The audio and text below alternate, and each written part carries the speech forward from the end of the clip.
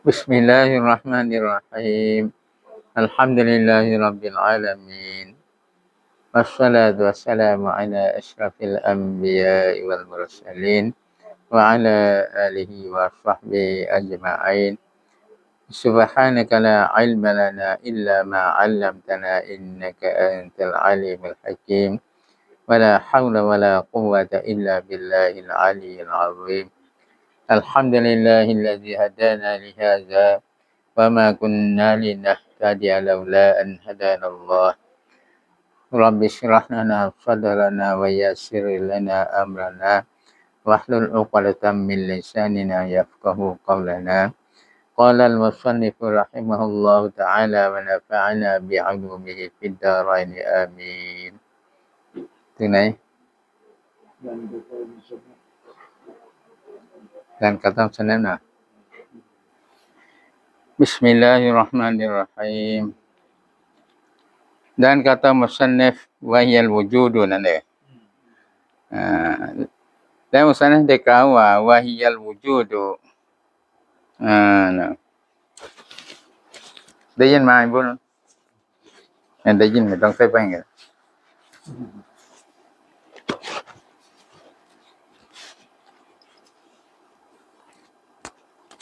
artinya arti wahiyal wujudu ni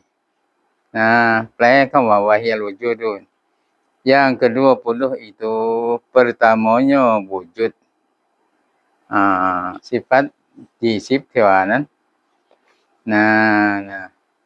sifat jisim kewanan pertamanya ning man wujud kata wujudนั้นแปลว่าเพื่อลาวไม่ฟังที่เลยลาวเนาะartinya arti wujud itu ada zatnya zat Allah yang zat Allah ada wujud Allah bersifat wujud bersifat yang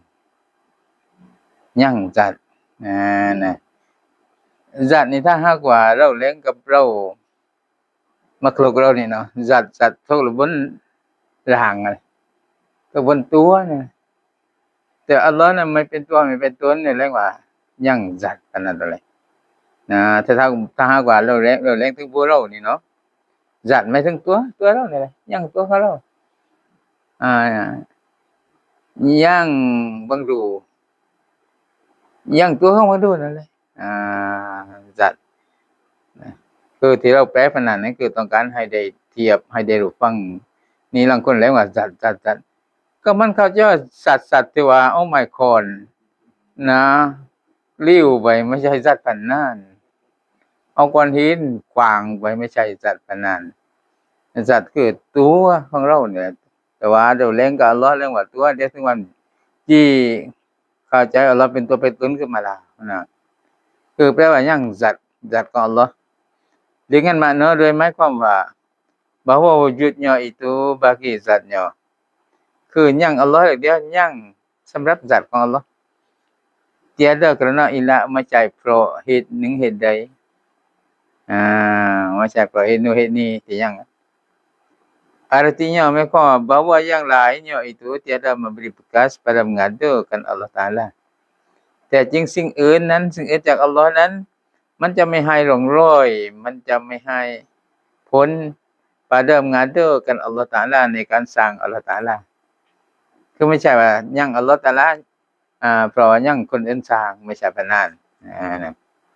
dan bukan murad bahwa zat itu memberi bekas ia pada mengadakan dirinya และไม่ใช่เป้าหมายหรือไม่ใช่จุดประสงค์bahwa zat ituว่า zat นั้น memberi bekas ia มันก็ให้ร้อย zat นะ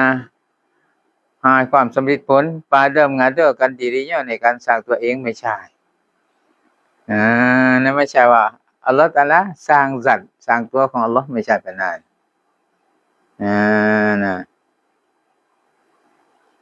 นะยัง zat อัลเลาะห์ตะอาลานะไม่ใช่เพราะสาเหตุใดไม่ใช่เพราะอิละหนึ่งอิละใดก็หมายถึงว่าสิ่งอื่นเดียวเนี่ยมันจะไม่ให้ร่องรอยในการสร้างอัลเลาะห์ตะอาลาหมายถึงว่าสิ่งอื่นไม่ได้สร้างอัลเลาะห์แต่อย่างนั้น ยังไม่ใช่เพราะว่ามีสิ่งมาสร้างไม่ใช่ Dan bukan murad bahawa zat itu memberi bekas ia pada mengadakan dirinya และไม่ได้หมายถึงแต่จริงสัตว์นั้นมันหายร่อยในการสร้างหลังเองให้ความสำเร็จผลนะในการสร้างหลังเองไม่ใช่ความหมายพนันไม่ใช่คนสิ่งอื่นมาสร้างอย่างอัลเลาะห์นั่นและไม่ใช่ว่าอัลเลาะห์ตะอาลาสร้างหลังเองไม่ใช่พนันkerana tiada berkata akan dia oleh orang yang berakal เพราะว่าจะไม่พูดกับมันกับการที่ว่าให้ร่อยในการสร้างหลังเอง oleh orang yang berakal โดยผู้ที่มีปัญญาผู้ที่มีปัญญาเขาจะไม่เลงดอกนะว่าอัลเลาะห์สร้างหลังเองเลยที่ไม่เลงเพราะว่าเป็นเรื่องมุสาฮิลอาการไม่ยอมรับเป็นเรื่องอัลเลาะห์สร้างหลังเองนั้นแสดงว่าอัลเลาะห์นั้นbaru ถูกสร้างอัลเลาะห์ผู้สร้างสิ่งที่ถูกสร้างอะไรล่ะอัลเลาะห์กันแล้วสร้างเองเข้าใจไหมตกลงว่าผู้สร้างกอดิมสิ่งที่ถูกสร้างซึ่งบารูอัลเลาะห์เป็นทั้งกอดิมทั้งบารูเลยขนาดนั่นแหละที่เขาไม่เล้งว่ายินไม่คนที่มีปัญญาเขาจะไม่เล้งแต่ว่าอัลเลาะห์ตะอาลาสร้างเองเข้าใจไหมตรงนั้นdan hanya sahaja dulu ia akan wujud atas yang lainnya และแต่จริงมาดูลูia คือยังก่อนอัลเลาะห์นั้น akan wujud atas yang lainnya กับการยังบนสิ่งอื่นคืออัลเลาะห์ยังสิ่งอื่นอย่างเดียวนี่อัลเลาะห์ตะอาลายังมาก่อนnah kerana bahwasanya ia seperti asal เพราะว่าอัลเลาะห์เดียวนี้หรือว่าwujudเดียวนี้เนาะ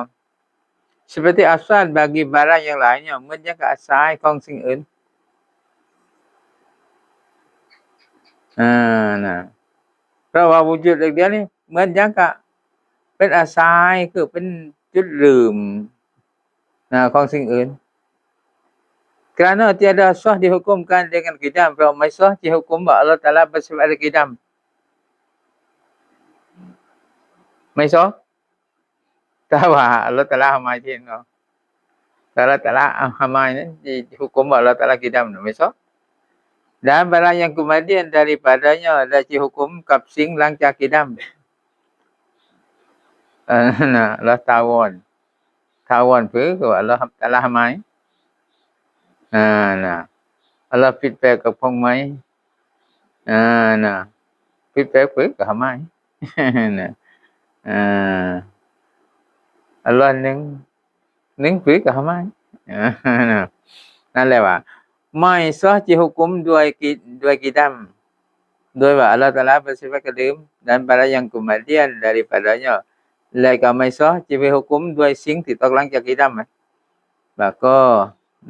khalaqatu ta'ala wa rizqiya mubtala bi nafsi wahdaniyah จึงkataว่าจบมาเลยไม่ซะที่ไปหุคุมว่าbersifat qidam และแค่สิ่งที่ตกหลังจาก qidam melainkan kemudian daripada subut wujud ยกเว้นที่หุคุมได้นั้นต้องหลังมาจากsubut wujud ต้อง tetap ว่าอัลเลาะห์ตะอาลายังต้องปรากฏว่าอัลเลาะห์ตะอาลายังก็แหละต้องหุคุมว่าเดิมคงยืนfeedback dan bersalahan ulama pada wujud itu แล้วก็มันขัดแย้งท่านผู้รู้ในsifat wujud นั่นก็กata qil และ qil ว่า mana qil นะ kuwila dikatakan เขาว่าเขาตัวนี้คืออุลามะเลยเหมือนกันแต่ไม่อยากจะเอ่ยนามว่าใคร qil ว่า ialah ain maujud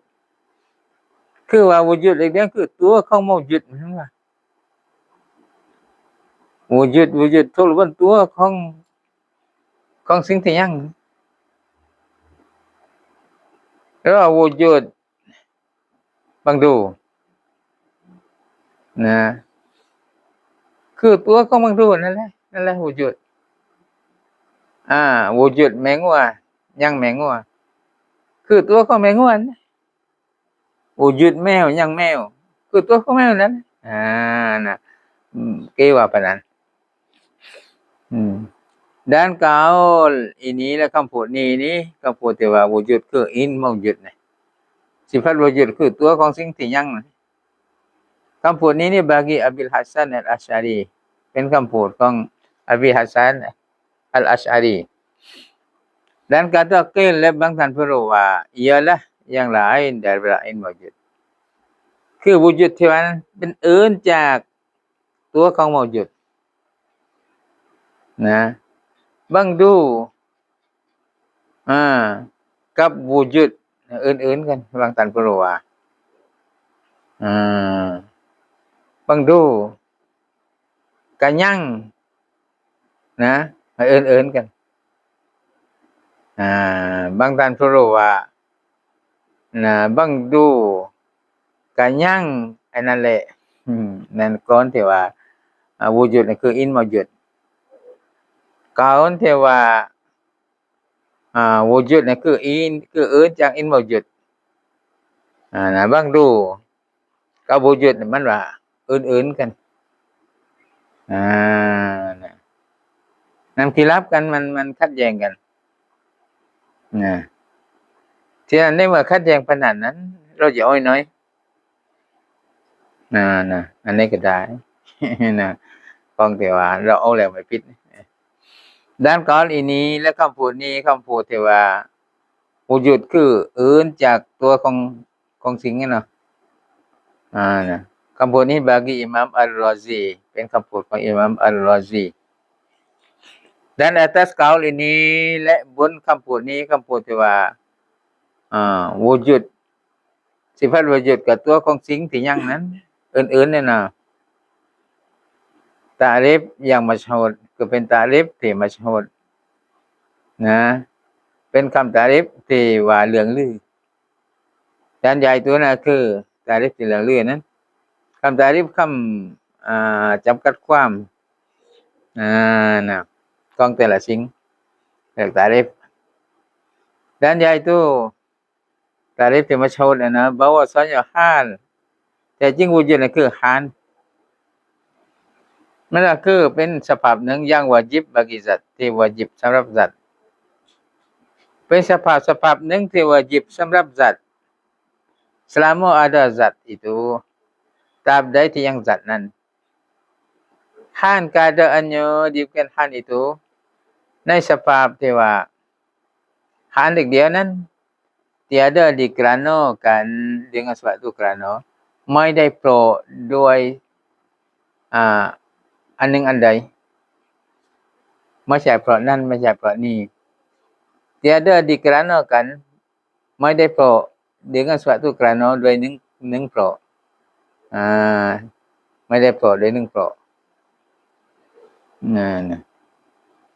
dan keluar dengan kata tiada dikeranakan dengan suatu kerana itu และออกโดยคำว่าไม่ได้โผล่โดยหนึ่งเพราะนะเนาะแต่ว่าวูจุดสภาพวูจุดกับกันกับ Tuhan น่ะนะไม่ใช่ว่ามันมีสาเหตุที่สภาพวูจุดนะยังที่สัตว์ของ Tuhan นะไม่ได้กระโนไม่ได้มีสาเหตุนะเลยออกด้วยคำว่าไม่ได้มีไม่ได้โผล่ด้วยหนึ่งโผล่นั้นสิฟัตมานาวิยะสิฟัตมานาวิยะมันไม่เข้าไปในก็ว่าไม่ได้โผล่ด้วยหนึ่งโผล่นั่นแหละ seperti kaunuhu qadiran เช่นคำว่า kaunuhu qadiran สภาพของอัลเลาะห์คือผู้ทรงอำนาจแสดงว่าจีเลงว่าอัลเลาะห์คือผู้ทรงอำนาจนั้นมีเพราะจีเลงว่า kaunuhu qadiran มีเพราะอะไรล่ะเพราะสิฟัตกุดรัตยืนที่สัตว์นั่นแหละเพราะเหตุนั้นแหละที่เรียกว่าkaunuhu qadiran เพราะสิฟัตอิรดัตยืนที่สัตว์นั้นจึงเรียกว่า kaunuhu muridan ก็มีเพราะสิฟัตอัลมูยืนที่สัตว์ของท่าน เนี่ยเรียกว่ากอนูฮูอาลิมันพอ sifat haya ยืนอยู่ที่ zat ของ Tuhan เลยก็เรียกว่ากอนูฮูhayyan พอ sifat sami' ยืนที่ zat ของ Tuhan ก็เรียกว่ากอนูฮู sami'an เพราะว่า sifat basar ยืนที่ zat ของ Tuhan ก็เรียกว่ากอนูฮู basiran พอ sifat kalam ยืนที่ zat ของ Tuhan ก็เรียกว่ากอนูฮู mutakalliman นั่นแหละมีเพราะถ้าว่า sifat qudrat ไม่ยืนที่ zat ที่เรียกว่ากอนูฮู qadiran ไม่ได้maka bahwasanya diilatkan dia dengan suatu ilat เลยกอนูฮู qadiran หรือ sifat ma'nawiyah นั้นเขาได้อิละได้มีเพราะได้มีสาเหตุกับมันนั้น dengan suatu ilat ด้วยหนึ่งอิละหนึ่งสาเหตุไหนล่ะหนึ่งสาเหตุนะที่เรียกว่ากอนูฮู qadiran เพราะอะไรเพราะมีกุดรตนะเพราะมีกุดรตนั่นแหละนะที่ได้เป็นว่ากอนูฮู qadiran นั้นคือสภาพของอัลเลาะห์คือผู้ทรงอำนาจนะdan yaitu ilah nan ke pro dia ni sebab dia ni kudrat yang berdiri dengan zat ke kudrat ยืนที่ยืนอยู่กับ zat เพราะกุดรัตยืนอยู่กับ zat เพราะกุดรัตยังที่ zat นั้นและที่เป็นกอนูฮู qadiran อัลเลาะห์คือผู้ทรงอำนาจนะที่เรียกว่าอัลเลาะห์คือผู้ทรงอำนาจเพราะ sifat อำนาจยืนอยู่ที่อัลเลาะห์ยืนที่ zat อัลเลาะห์นั่นแหละคือที่เรียกว่ากอนูฮู qadiran dan seperti kaunuhu muridan dan menjang kaunuhu muridan maka bahwasanya diilatkan dia dengan suatu ilat แต่จริงเขาได้อิละคือได้มีสาเหตุกับมันนั้นกับสาเหตุนั้น dengan suatu ilat ด้วยอิละหนึ่งด้วยมีสาเหตุหนึ่ง dan yaitu สาเหตุหนึ่ง iradat คือ sifat iradat yang berdiri dengan zat ที่ยืนอยู่กับ zatที่เรียกว่ากอนูฮูมุริดันเพราะอะไร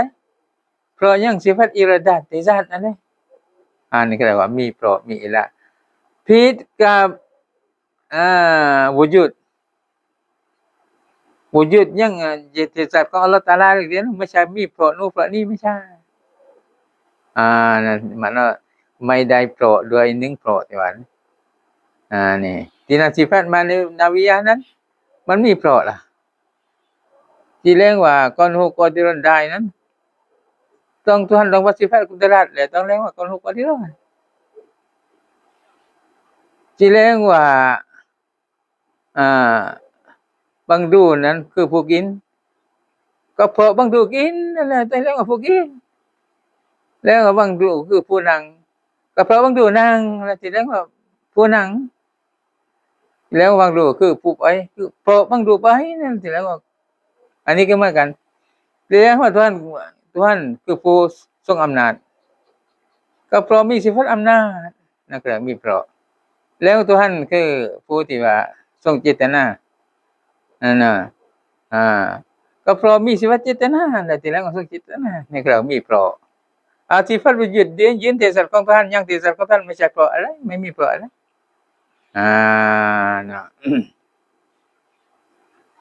dan seperti demikian itulah hingga akhir ma'nawiyah และเหมือนอย่างนั้นและจนกระทั่งสุด sifat ma'nawiyah kaunuhu qadiran kaunuhu muridan kaunuhu aliman ที่แล้วkaunuhu aliman เพราะ sifat ilmu ยืนที่ zat ของTuhan kaunuhu hayyan ที่แล้วkaunuhu hayyan เพราะ sifat hayya ยืนที่ zat ของTuhan kaunuhu sami'an kaunuhu basiran kaunuhu mutakalliman ก็พนันแหละ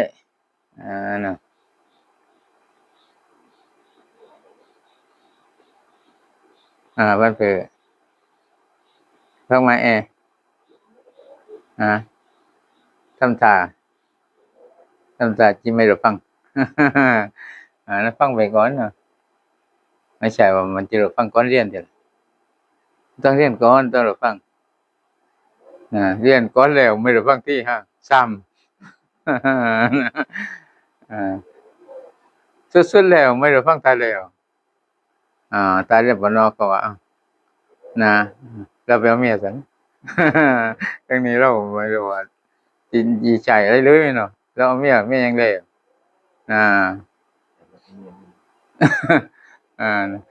dan makna keadaannya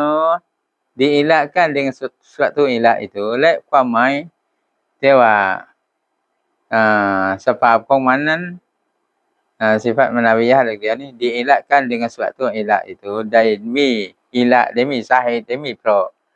dengan suatu elak ituด้วย1 elakด้วย1 sahih นะ bahwasanya melazimkan bagi suatu yang lain daripada zat แต่จริง lazim กับสิ่งอื่นจากสัตว์แต่ที่ว่าได้เพราะด้วย1 elak maka diketahui แต่จริงadalah sifat maknawiyah นั้น melazimkan bagi suatu yang lain daripada zat melazim กับสิ่งอื่นจากสัตว์นะคือที่แรงว่าอัลเลาะห์ตะอาลาคือผู้ทรงอำนาจนะเพราะมีสิฟัตอำนาจแล้วว่าอัลเลาะห์ตะอาลานะคือผู้ทรงเจตนาเพราะมีสิฟัตเจตนานั่นแหละ maka diketahui daripada demikian itu denganรู้จักนั้นจากที่ว่าสุราหันนะคือคำอธิบายที่ผ่านมาแล้วนะ bahwa hal itu hal dia 2 bahagi แบ่งออกเป็น2แบ่ง hal น่ะแบ่งออกเป็น2แบ่งเพราะว่าสิฟัตวูจุดกับ hal กันนัฟซียะห์sifat maknawiyah กับ hal เหมือนกันนะเลย hal แบ่งออกเป็น2 salah satu daripada keduanya อันหนึ่งอันใดจากทั้ง2แบ่งนั้นนะ tiada dielakkan dengan suatu elak ไม่ได้มีสาเหตุด้วย1สาเหตุ dan yang keduanya และส่วนที่2มันนั้น dielakkan dengan suatu elak คือได้มีสาเหตุด้วย1สาเหตุ dan dibilang wujud itu sifat และเขานับว่า wujud นะเขานับว่า sifat นั้น atas kaul yang pertama bun kamputที่1เขานับเป็น sifat นั้น yaitu kaul Abil Hasan Al-Asy'ari นะคือคำพูดของ Abi Hasan Al-Asy'ari tiada zahid นั่นล่ะนับว่า wujud เป็น sifat ถ้าว่าเราคิดถึงคำพูดที่1คำพูดของ Abi Hasan Al-Asy'ari นั้นไม่ชัดเจนเป็นนับเป็น sifat ไม่ชัดเจน kerana bahawa sifat itu terdapat tiada bahawa ada ia lain daripada zat เพราะ sifat dia ni คือจำเป็น terdapat tiada mana mesti จำเป็น bahawa ada ia ว่ามันน่ะ sifat นั้น lain daripada zat ต้องอื่นจากตัวของซาต sifat มันต้องอื่นจากตัวของซาต ถึงนี้ในคำพูดที่1ว่า wujud นั่นคือ zat นั่นแหละ ตัวของซาตนั่นแหละนะ melainkan bahawa dikata orang ยกเว้นคือคุณจะต้องพูดว่า tatkala sah bahawa dikatakan Allah itu maujud ในเมื่อ sah ในการที่จะพูดว่า Allah maujud Allah ยังนะในเมื่อเราแล้ว Allah Taala maujud Allah Taala ยังนะ seperti sah bahawa dikatakan Allah itu alim มันยังก็ sah ในการที่จะพูดว่า Allah Taala คือผู้ทรงรู้upamanya สมนั้นแหละนะAllah Taala ทรงเป็นนะAllah Taala ทรงเจตนาด้วยนั่น Nasya luluslah dibilangkan wujud itu sifat ในนั้นก็ผ่านมากันก็นับว่า wujud เดี๋ยวคือ sifat pada ketika itu ในลักษณะนั้นลักษณะที่sah เราแรงว่า Allah Taala maujud kerana menyerupai dengan sifat pada demikian itu semeunกับ sifat ในสิ่งดังกล่าวมันเหมือนกับ sifat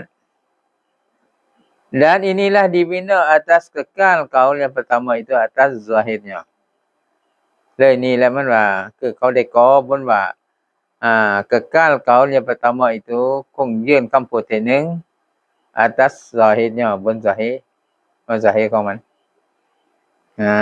นะdan yang sebenarnya ditakwil akan dia และที่ถูกต้องมาแล้วต้องตะวีลตะวีลคือ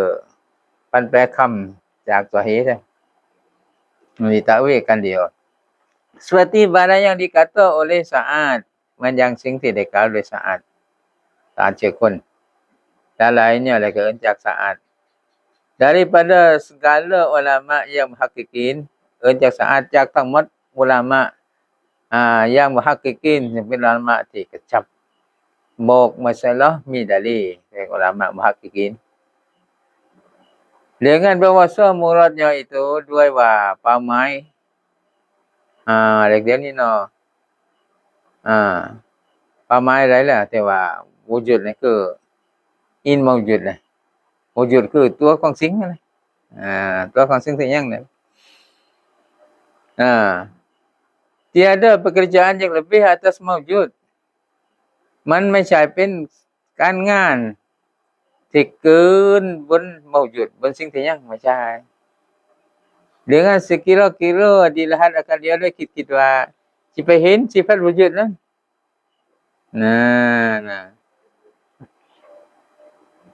ไม่ได้ใช่เป็นอะไรไม่ใช่เป็นสิ่งที่เกินไม่ใช่เป็นสิ่งที่เหลือบนสิ่งที่ยังโดยคิดว่าจะได้เห็นมัน tetapi ia pekerjaan i'tibari แต่ว่ามันนั้นเป็นการงานที่i'tibari การงานที่คิดเอาดอกนะการงานi'tibari เมื่อกันนี่แหละเมื่อเราว่ารู้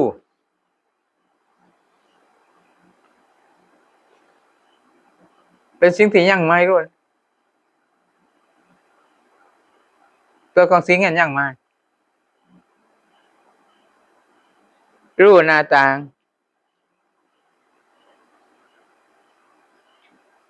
รู้ช่องลมรู้กระบอกรู้นั้นเป็นสิ่งที่ยังไม่ล่ะ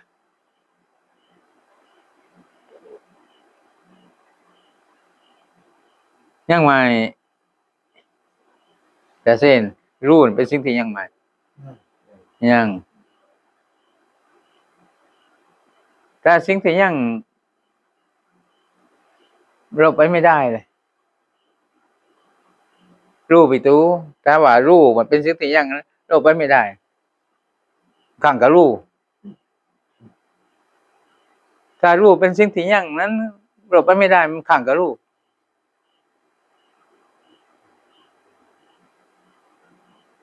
รู้เป็นสิ่งเป็นสิ่งที่ยังกับสิ่งที่ทำไมตัวของสิ่งน่ะทำไมอะไรนั่นก็รู้ทำไมอะไรนั่นที่กลวงนั้นก็รู้แล้วถ้าหากว่ายังอะไรกันทำไมรู้แต่ตัวตนของรู้เรื่องคือความเข้าใจคือแล้วก็อันเป็นอธิบายความเข้าใจ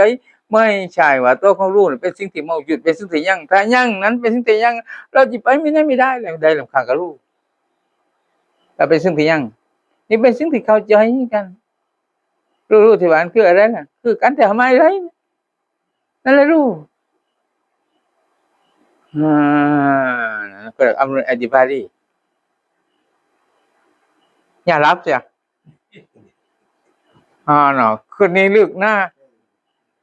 ลงใต้ทำแล้วว่ารู้ยังหรือทำไมบ่ทำไม่ได้นะทำแต่เส้นว่ายังว่ารู้ก็ยังก็ไปไม่ได้เดือนข้างก็รู้ยังรู้สิ่งคำว่ารู้เดียวนี่มันไม่ใช่ว่ายังเป็นวัตถุขึ้นไม่ใช่เพียงแต่เราเข้าใจว่าการที่มันวางนั้นนั่นคือรู้แล้วการที่มันว่างก็ทำไมไรนั่นแหละคือรู้นี่คืออัมรุนอิติบารีแต่ว่าสิ่งที่เราจะคิดเอาดอกเนาะตัวนั้นไม่ใช่เป็นสิ่งที่ยังเนาะ